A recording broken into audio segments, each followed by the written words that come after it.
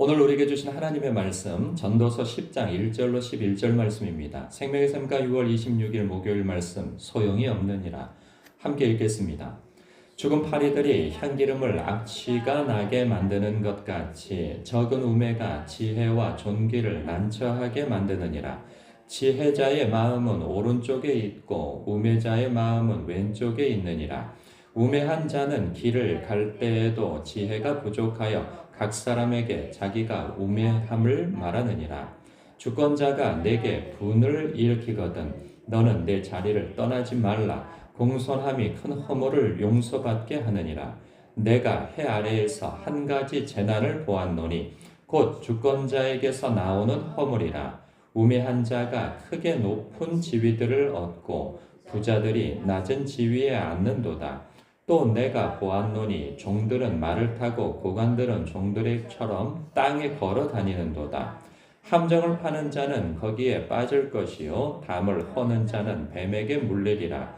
돌들을 떠내는 자는 그로 말미암아 상할 것이요 나무들을 쪼개는 자는 그로 말미암아 위험을 당하리라. 철 연장이 무뎌졌는데도 나를 갈지 아니하면 힘이 더 드느니라. 오직 지혜는 성공하기에 유익하니라. 주수를 베풀기 전에 뱀에게 물렸으면 술객은 소용이 없느니라. 아멘. 오늘 말씀은 지혜와 우매에 대한 격언이 나오고요. 어리석은 통치자와 예측 불가한 삶에 대한 설명이 나와요. 1절에 보면 죽은 파리들이 향기름을 악취가 나게 만드는 것 같이 적은 우매가 지혜와 존귀를 난처하게 만드느니라. 지혜와 우매에 대한 이야기인데 1절부터 4절까지가 그렇습니다. 그러니까 적은 우매가 지혜와 존귀를 난처하게 만든다. 요즘에 저는 이렇게 1절부터 4절까지의 말씀을 자주 생각하게 되어지는데 이 말씀 묵상한다기보다는 이런 상황이 저에게도 좀 벌어진다는 생각이 들어요. 제가 지방회에서 부서기를 맡고 지방회를 위하여서 사역을 하게 되어지는데 임원으로서 제가 이제 처음으로 임원을 하다 보니까 이제 그런 실수를 하게 되어지는 것 같아요. 내가 알고 있는 그 무엇으로 자꾸 어떤 개혁을나 어떤 것들을 해보려고 하는 건데 나름 상식적인 것이라고 생각하는데 나중에 해보면 그러니까 이미 수년 동안 그 일을 해왔던 선배님들이 해준 얘기가 맞다는 것을 경험하게 되어져요. 왜냐하면 그분들은 이미 여러 차례 이 일을 해보면서 몇 년 해보면서 쌓여진 그런 경험이 있거든요. 그러니까 이걸 이렇게 하게 되어지면은 사람들이 다른 어떤 목사님들이나 그 회원들이 컴플레인이 들어와서 항의를 하고 이런다 이거죠. 그런데 제가 생각할 때 상식적으로 나만의 생각 속에서는 뭐 그게 항의할 게 있느냐라고 생각하는데 여지없이 내 뜻대로 해보고 내 생각대로 해보면 그 문제가 일어나는 거예요.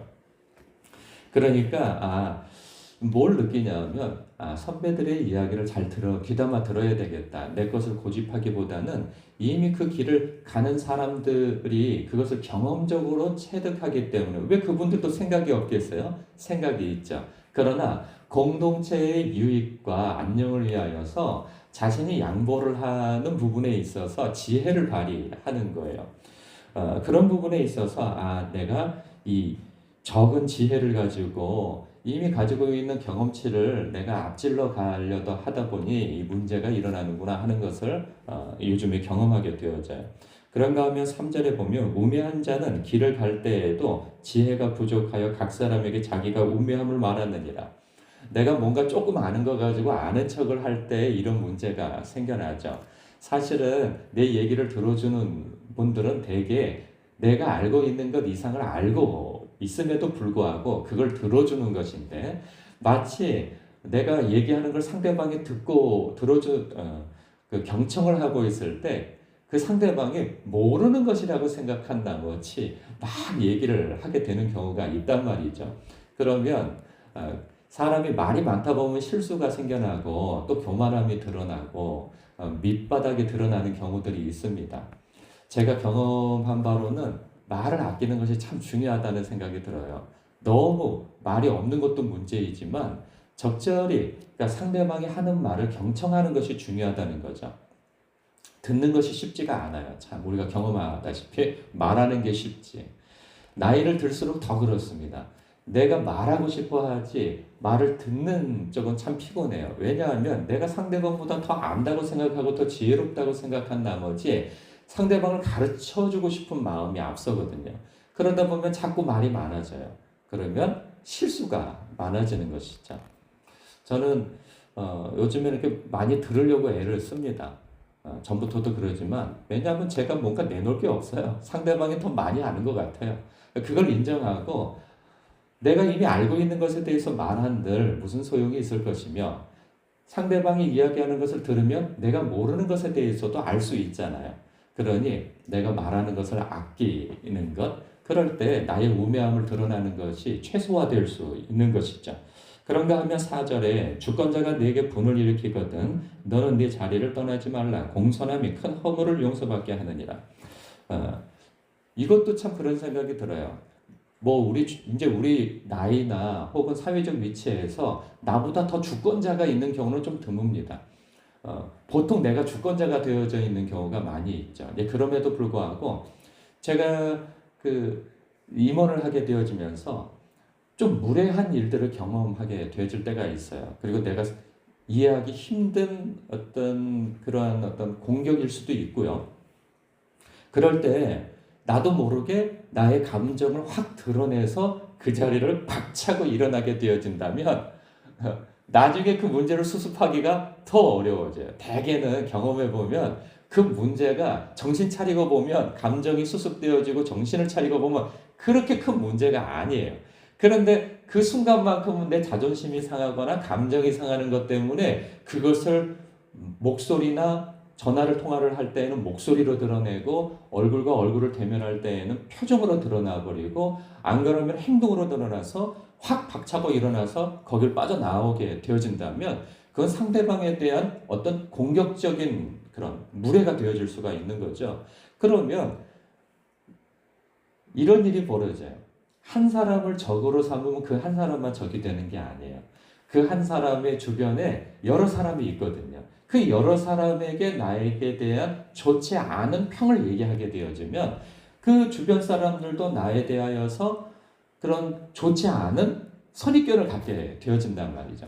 그렇게 되어지면 나중에 일할 때 그리고 그 문제를 수습할 때 굉장한 힘이 소모가 되어집니다. 아니 내가 이딴 거 안 하면 그만이지. 삶은 그렇게 살 수가 없어요. 혼자 독불장군으로 살 수가 없어요. 공동체의 안위와 유익을 생각할 때 또 더 나아가서 주님의 영광을 생각할 때 우리는 그 부분에 있어서 지혜롭게 행동할 필요가 있는 것이죠. 내 감정대로 행동하는 것이 아니고 내 자존심만을 챙기려고 하는 것이 아니라 상대방의 입장에서 생각해보고 그때 화가 나더라도 한 번 더 내 감정을 추스리고 그 부분에 대해서 이성적으로 생각하며 뿐만 아니라 그 순간에 이것도 도움이 되어집니다. 주님, 이게 무슨 일이죠? 라고 주님께 물어보는 그 태도도, 마음적 태도도, 영적 태도도 참 중요하다는 생각이 듭니다. 그래서 주권자가 내게 분을 일으키거든 너는 내 자리를 떠나지 말라. 공손함이 큰 허물을 용서받게 하느니라. 지방에서 저의 어떠한 실수로 제가 어떤 목사님의 마음을 상하게 하는 경우가 있었어요. 전혀 예상치 못한 일이었는데 처음에는 왜 이러나 왜 그러시나 이런 생각을 가져왔지만 그분의 입장에서 곰곰이 생각해 보니까 내가 사과를 하는 것이 가장 합당하겠다 하여서 어제 사과를 했어요. 그러니까 문제가 너무나도 부드럽게 해결이 되어지는 것이죠. 그런데 만약에 제가 그걸 무시하고 나도 몰라 하고 이러고 있었다면 그 문제가 쓸데없이 커져버리는 것이죠. 그러니 이러한 문제에 있어서도 공손함이 큰 허물을 용서받게 한다는 거예요. 아무것도 아닌 일로 만들어버릴 수도 있는데 그것이 나의 무례함으로 인하여서 이 지혜 없음으로 인하여서 문제를 크게 만들 뿐만 아니라 다른 임원분들에게도 폐를 끼칠 수 있는 일이 되어질 수 있는 것에 대하여서 우리는 지혜를 발휘하는 거죠. 이것은 우리의 실생활에서 다 연결되어진다는 생각이 듭니다. 그런가 하면 내가 해 아래에서 한 가지 재난을 보았노니 곧 주권자에게서 나오는 허물이라. 책임자에게서 나오는 통치자에게서 나오는 허물을 일컫는데 6절과 7절이 그것에 대한 예를 들고 있어요. 우매한 자가 크게 높은 지위들을 얻고 부자들이 낮은 지위에서 앉는도다. 또 내가 보았노니 종들은 말을 타고 고관들은 종들처럼 땅에 걸어다니니라. 그러니까 이 어리석은 통치자가 그 인사권을 가지고 있는 사람이 이 우매한 자를 그 자리에 어울리지 않는 자리에 세워놓고 또한 지혜롭고 그 일에 합당한 사람은 오히려 그 밑에다 놓는 일들이 생겨난다 하는 것이죠.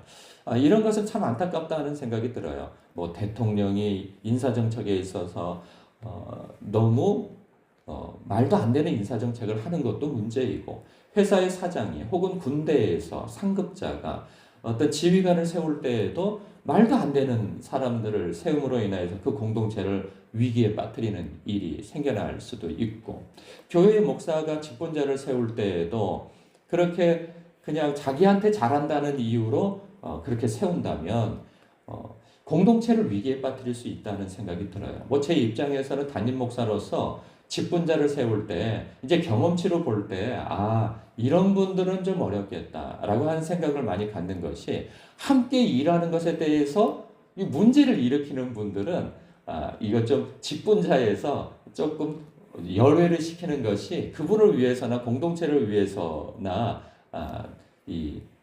그 필요가 있다는 생각이 들어요. 왜냐하면 혼자서는 잘해. 그런데 두세 사람과 함께하면 문제를 일으켜, 갈등을 일으켜. 그러면 직분자로서는 적합한 사람이 아닙니다. 왜?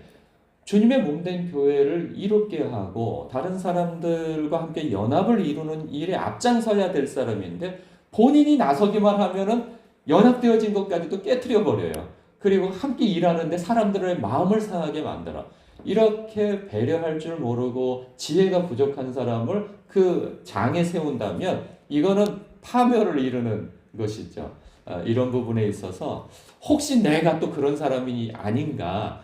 우리는 또 어떤 공동체 안에서 어떤 일을 맡게 되어지는 사람일 수도 있단 말이죠. 그런데 나의 어리석음으로 그 공동체를 어렵게 만든다면 내가 정신을 차려야 하는 문제인 것이죠. 그래서 8절과 9절과 10절과 11절을 보면 이 예측 불가한 삶 속에서 이 지혜를 준비하는 것이 중요하다라고 하는 그 말씀을 주고 있어요. 10절에 보니까 철 연장이 무뎌졌는데도 나를 갈지 아니하면 힘이 더 드느니라. 지혜의 문제인 것이죠. 오직 지혜는 성공하기에 유익하니라. 그러니까 그러면서 예를 들어주는데 주술을 베풀기 전에 뱀에게 물렸으면 술객은 소용이 없느니라. 이미 뱀에게 물리지 않도록 조심을 해야지. 물리고 난 다음에 그 술객을 불러서 하면 이거 에너지도 많이 들어가고 낫지도 않고 이거 쓸데없는 짓만 하게 되어진다는 것이죠. 그러니까 대개는 우리가 무엇인가를 미리 준비한다고 하는 것은 지금 필요하지 않은 때에 준비를 하니까 사람들이 그것을 필요 없다고 생각을 하지만 우리가 미리 필요 없을 때 준비한 것은 앞으로 필요할 날이 있음을 알고 그것을 미리 대비하는 것은 지혜라 하는 거예요. 그러니까 우리가 열심히 그 도끼질을 하다가 쉴 때도 있는 거잖아요. 그러면 그냥 퍼져가지고 쉴 것이 아니고 쉬더라도 그냥 앞에다가 그거를 석쇠를 놓고 석쇠가 아니라 뭐라 그러죠? 돌 가는 거 있잖아요. 나를 가는 거. 그것을 그냥 가볍게 갈기만 하더라도 다시 일하게 되어질 때 힘을 덜 수 있는 것이 아니냐. 그러니 지금 여러 가지 일로 바쁘다 할지라도 장차 일어날 일들에 대해서 대비를 해두는 것이 우리에게 필요하다라고 하는 말씀을 하고 있어요. 이 부분에 대해서 저는 요즘에 많이 묵상하고 있습니다. 앞으로 5년 후에 일어날 일 혹은 10년 후에 일어날 일을 다 내다볼 수는 없는 일이지만 담임 목사로서 우리 교회에서 필요할 일들에 대해서 미리 대비하고 도전하고 준비하는 일, 참 중요하다는 생각을 갖습니다. 그러니까 늘 나 자신을 개발하는 것이죠. 가만히 있으면 사람은 도태되어지고 무엇인가 게을러지고 그리고 이 생각도 굳어져 버리는 것이죠. 그런 부분에 있어서 우리가 늘 어떤 일이 일어나기에 앞서서 준비할 수 있는 사람이 되어지기를 주님의 이름으로 축복합니다. 기도하겠습니다.